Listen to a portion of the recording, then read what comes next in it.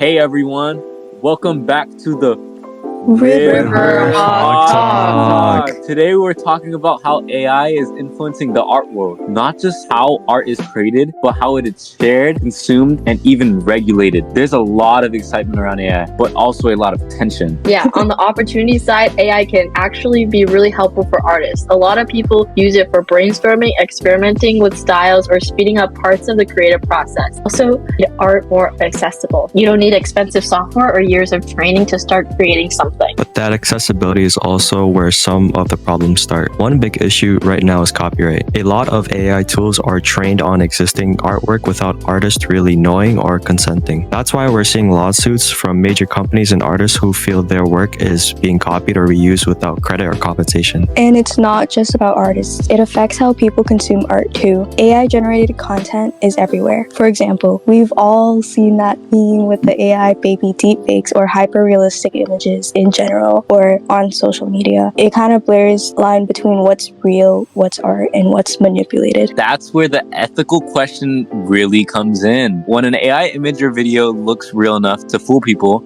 who's responsible for that? The person who made it, the platform hosting it, or the company that built the AI? And employers play a role here too. In industries like marketing, design, and media, some companies are starting to rely on AI to produce content faster and cheaper. That can put pressure on artists to compete with AI or take on more work for less. Even though AI still needs human direction to really work well. Oh my God, like when Chipotle did the AI ad and it gave people an incentive to look at the AI ad because they gave out a code that gives out free Chipotle. Yeah, that was crazy. At the same time, some people argue that AI is just another tool, like Photoshop or digital cameras, where when they first came out, it might change job roles instead of eliminating them, pushing artists to focus on more creative direction, storytelling, and concept development. For example, earlier this year, there were indie illustrators online who found AI accounts copying their art style almost perfectly and mass-producing images in minutes. Some of those AI images were even being sold faster and cheaper than original artists. The artists weren't credited, they weren't paid, and their style, something they spent years developing, basically became a free template for machines. That's where a lot of the fear comes from. It's not just about technology improving, it's about whether artists still have control over their identity and their work. You make a great point, Tyler. There's also the question of transparency. Should people know when the art was made using AI? Some audiences care a lot about that, while others just care if the final product looks good or connects with them emotionally. So overall, AI isn't killing art, but it is changing it. The challenge is figuring out how to protect artists' rights, set fair rules, and still allow innovation to happen. Yeah. That's it for today, guys. We'll see you next time. And we are the River Hawk